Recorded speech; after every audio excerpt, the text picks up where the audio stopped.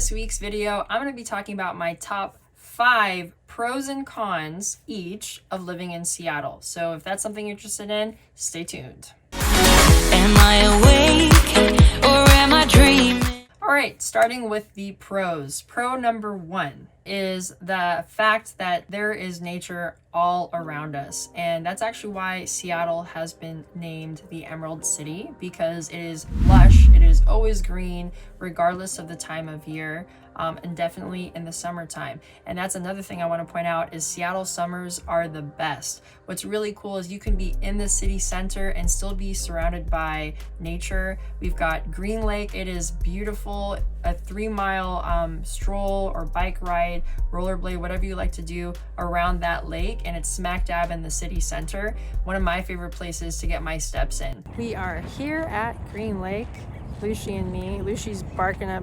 Lucy, look at him, look at me. We are at Green Lake and he's barking at everything with a pulse, especially dogs and ducks.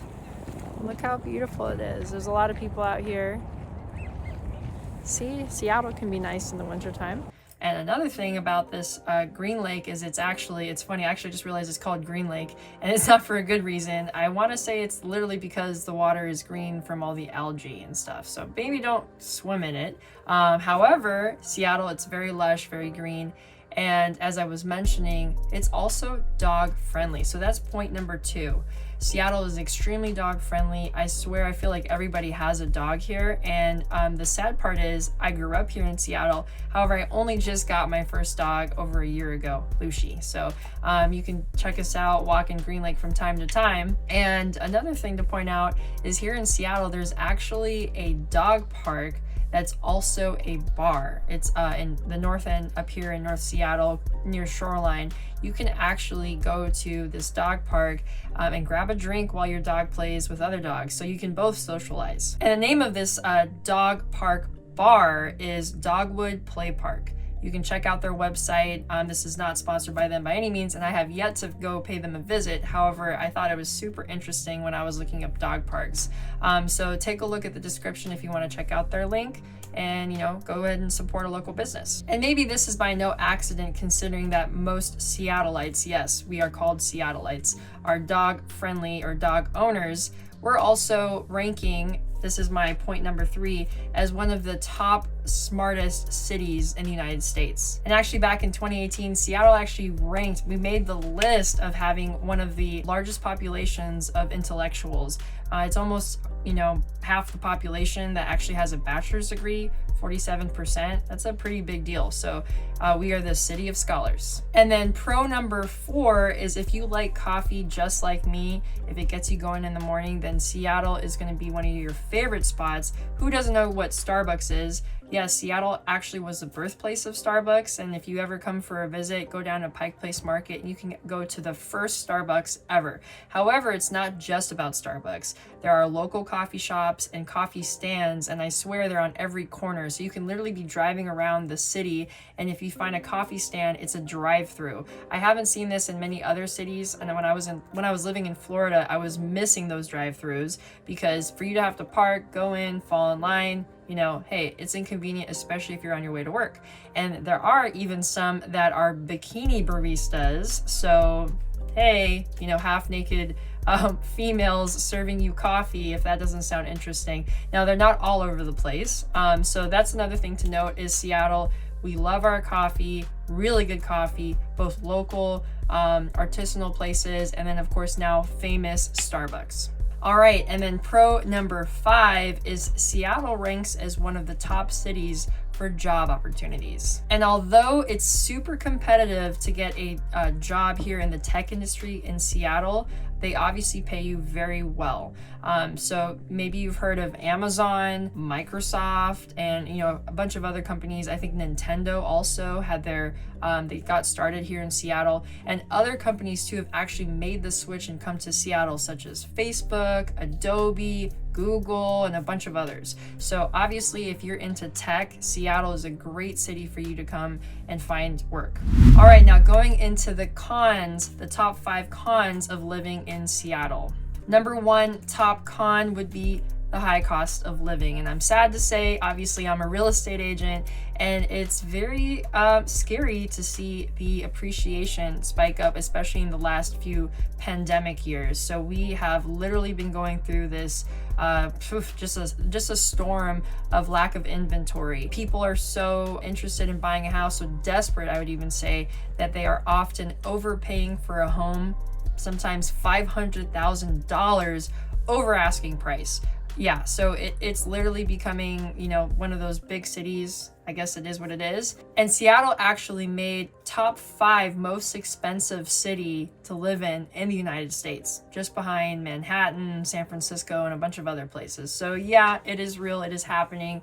And because of a lot of people working in tech, they can support the high cost of living and therefore high home values. So if you're a property owner, I mean, it's great for you. You've got a lot of equity. And if you're going to be living here for a long time, because rent typically is also expensive, just run the numbers. If you're going to be living here for at least 5 years or more, it might make sense for you to just go ahead and bite the bullet and buy a house so that you don't end up spending so much on rent. Because if you calculate it over time, you're just throwing that money away. So I actually made a video on that. We'll link it in the description if you want to check it out, renting versus buying, and you can actually look at the numbers. So that's one way to kind of mitigate the high cost of living in Seattle, although yes, it is a pretty large purchase price. All right, as far as con number 2 is sadly the Seattle winter.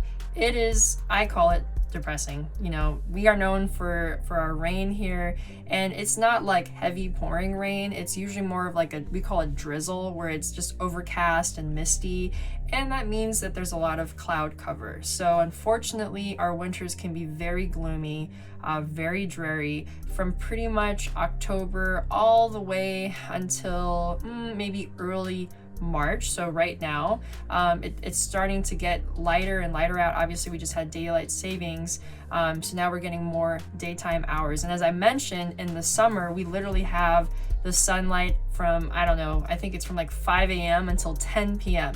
Whereas in the winter, I think the sun comes out around 7 p.m. and the sun, it's just daylight. It's not really the sun. From 7 a.m. until maybe 3 or 4 p.m. in the dead of winter. And although it can be daylight, because of the overcast, you're not really feeling the sunshine. So if you get sensitive with the season changing, I definitely recommend having some maybe light therapy to, you know, keep your spirits up. And whenever it is sunny, I encourage that you step outside, because if you work during the day and you don't have windows to the outside, if your hours fall within that time frame, yeah, you may never see the sun, and that can get really, it can be a downer. So I recommend having some light therapy. You can go on Amazon, I'm sure. Actually, I have a recommendation. There's portable glasses you can wear. Anyways, not the topic of the video. And then, of course, just going outside whenever you have an opportunity, maybe at lunchtime, go for a stroll, get some sunlight, even though it's not very strong.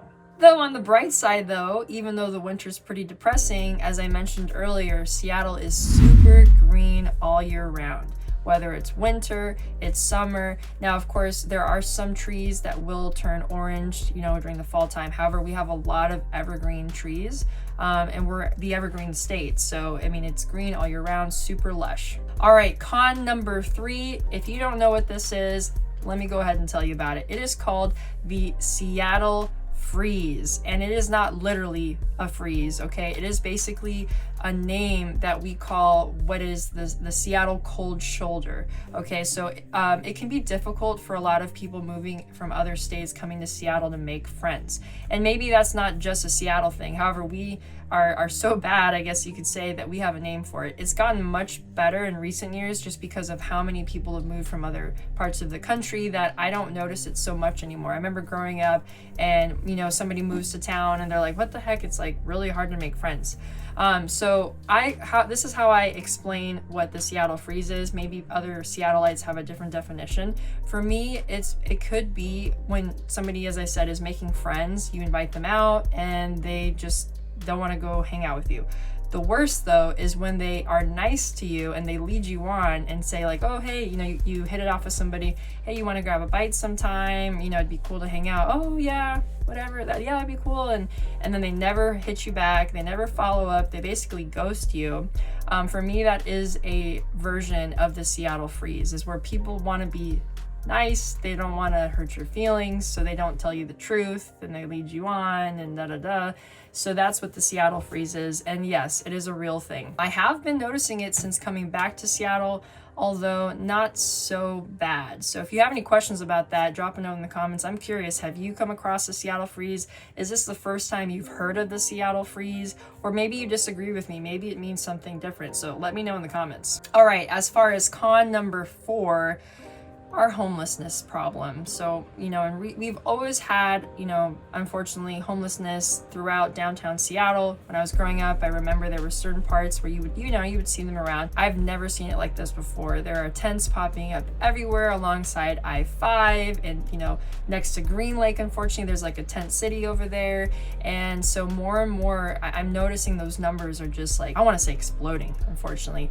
And with the homelessness problem, there's also been the widespread issue of public use of drugs in some of those areas. So, if you're noticing a tent encampment, I mean, just be careful. Sometimes there could be people that are using drugs there. And it is something that Seattle's working hard to address. I don't know that they've come up with a solution.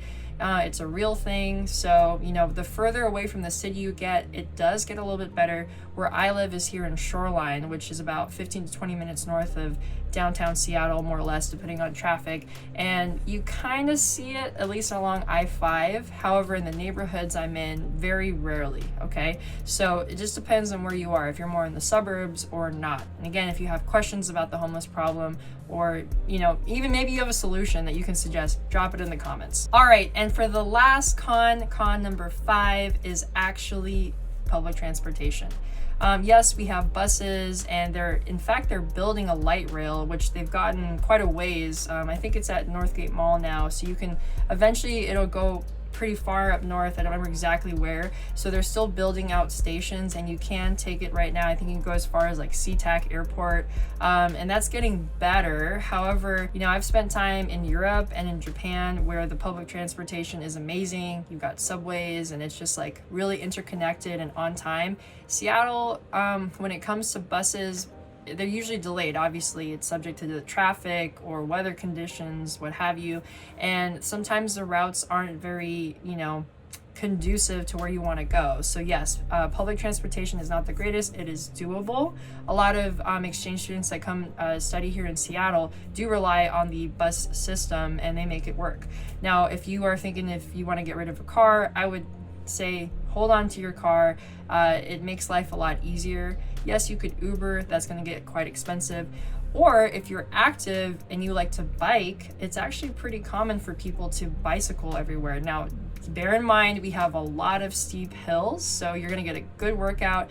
And of course, as I mentioned, the rain, so you might get wet. Often when people bike to work, they'll bring a change of clothes that they wear on their bike, and then they change in the office. I know that some offices, I want to say Amazon even, had like for their employees that would bike to work, you could like shower or freshen up somewhere, and then that was obviously a great way of getting exercise, and you don't have to worry about as much traffic. Now, of course, depending on the distance you're going, that may or may not work for you. So yes, it is advisable that you have a car here in Seattle.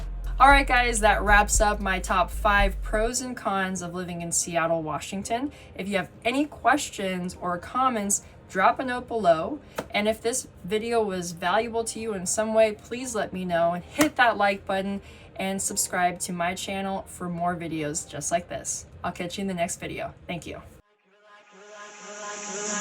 You're like a circle that floats around.